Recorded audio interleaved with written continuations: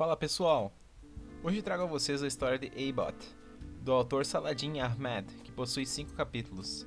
Sem mais delongas, vamos para o enredo.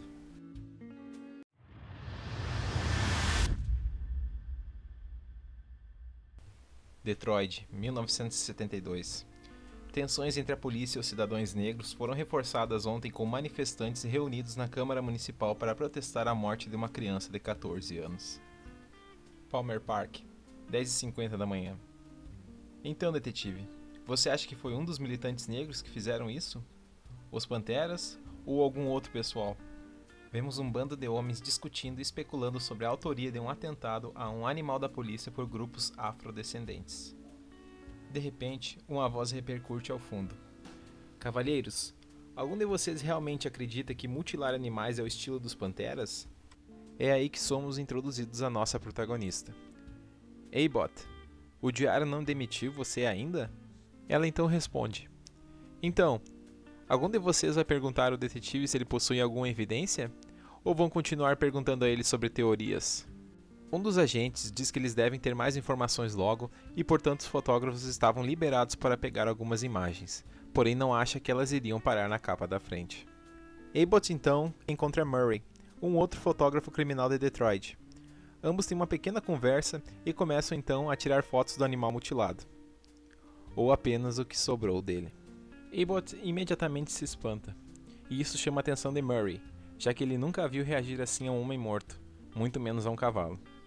Eles trocam algumas palavras e terminam o serviço. Segunda Avenida, 12h47 da tarde.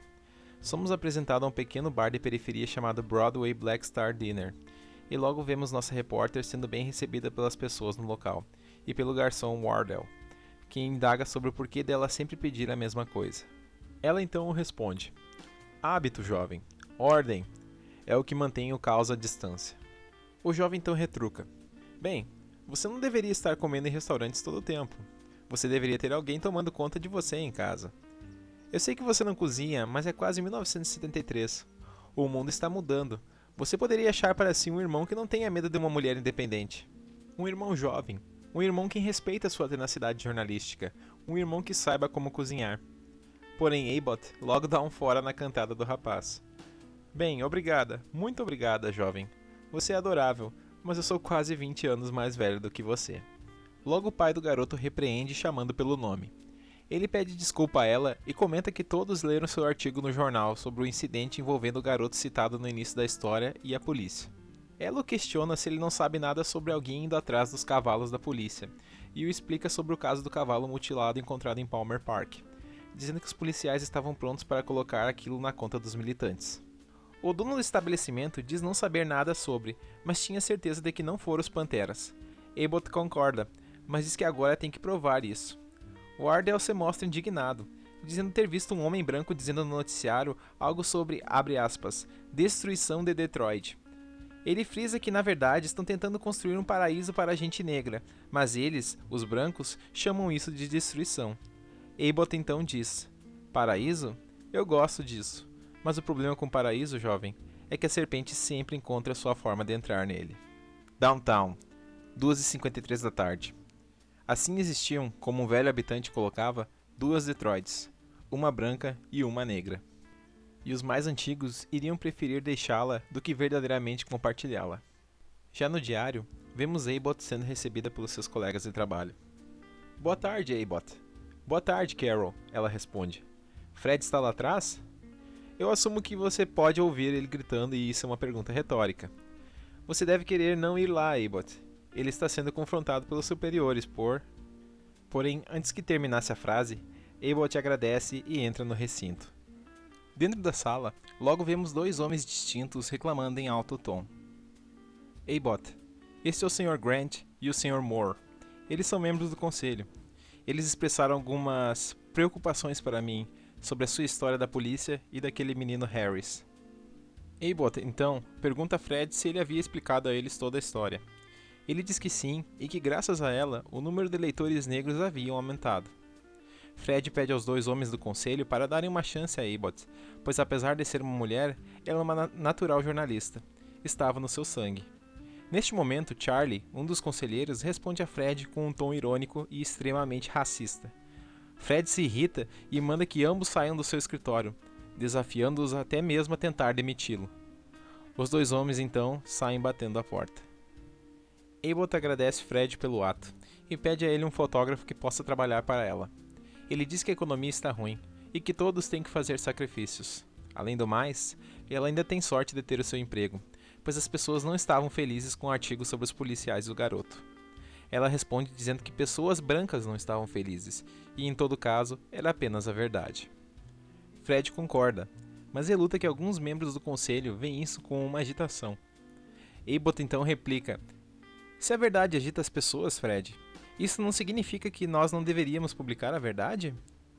Ela novamente questiona sobre o fotógrafo, porém ele desconversa, perguntando sobre o caso do cavalo encontrado morto.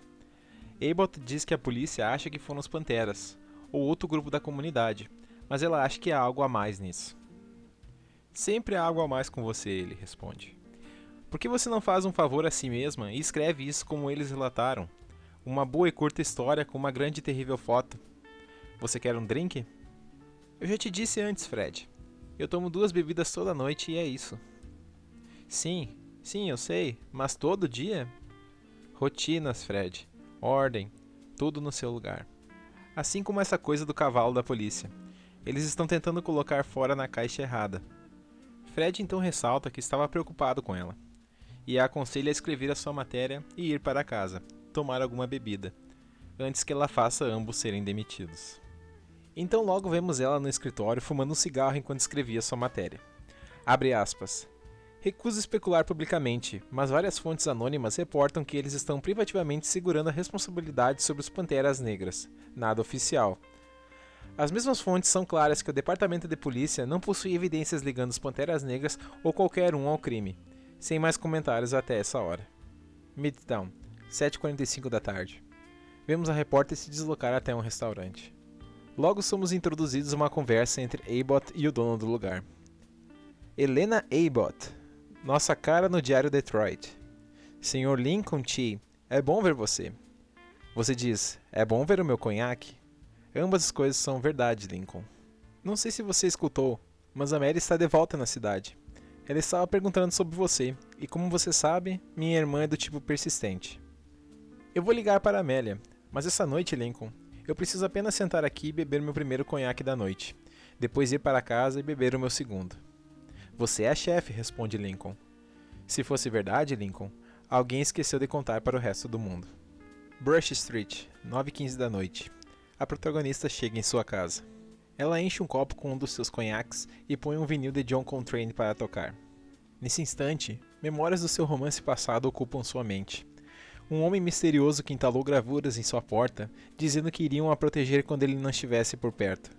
Assim como vemos, algo parecido com uma entidade maligna o atacando violentamente. Logo o telefone começa a tocar e ela acorda. Era James, um dos policiais locais.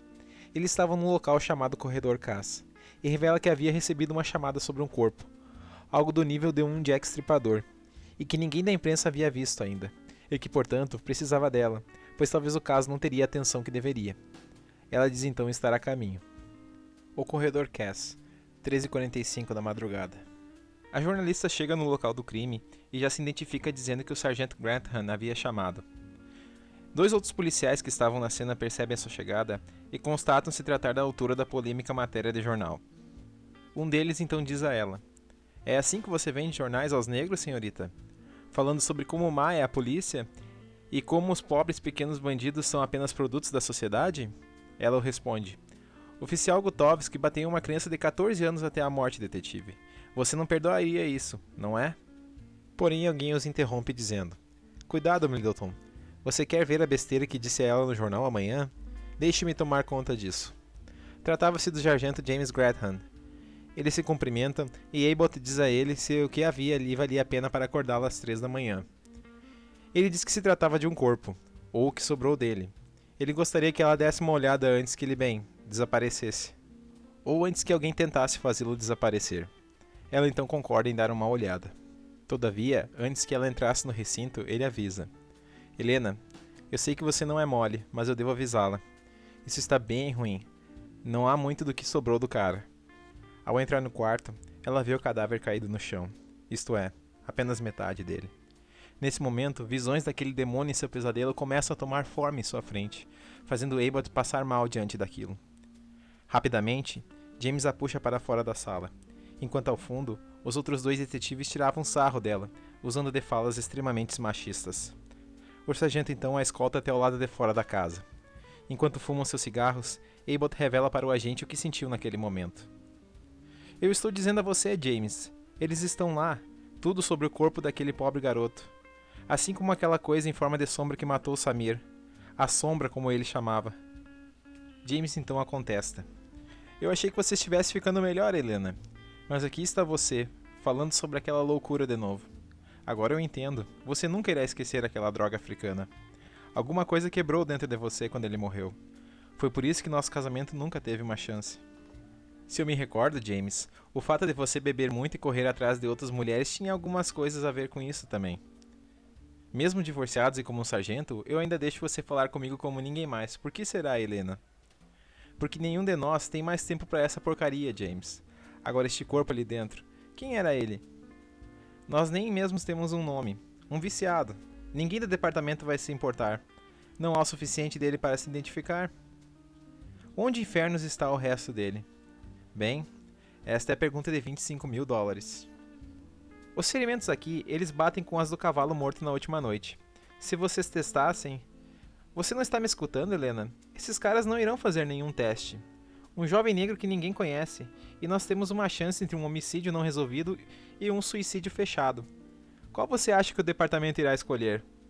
Um corpo cortado ao meio? Um suicídio? Você está falando sério? Você ficaria surpreso com que eles... O que nós caímos fora, Helena. Ou talvez você não ficaria. Então isso é um suicídio? Não se ao menos se alguma repórter barulhenta tratar isso como um assassinato? Concordo. Parece que eu tenho uma história para começar. Obrigado pela dica, James. Eu tenho que ir lá dentro. Onde você estacionou? Você quer que eu ande com você? Eu estacionei uma quadra acima, e eu sou uma garota crescida, James. Sempre tão orgulhosa. Boa noite, Helena. Boa noite, James. Após a conversa, Abbott vai em direção ao seu carro. Porém, ao se aproximar dele, ela sofre uma repentina forte dor de cabeça. Nesse instante, aquelas sombras misteriosas ecoam de um beco afastado. O que diabo seja você, eu vou te pegar agora, diz ela. Então Abbott corre em direção ao beco.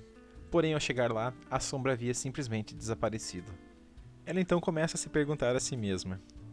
Mas elas estavam aqui, Helena. Você não está louca. Eu sei que você não está.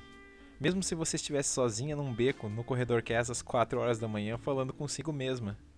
Vemos então um sujeito portando uma espécie de punhal se aproximar sorrateiramente pelas suas costas. Ele a golpeia fortemente no rosto, fazendo-a cair no chão. Ao recuperar seus sentidos, vemos então uma entidade utilizando uma máscara vermelha e portando um enorme manto branco, envolto das sombras misteriosas, encerrando aqui o primeiro capítulo da história. Se você assistiu até aqui, muito obrigado de coração mesmo, e eu convido a avaliar esse vídeo deixando o like caso você tenha gostado. Um abraço a todos e até a próxima.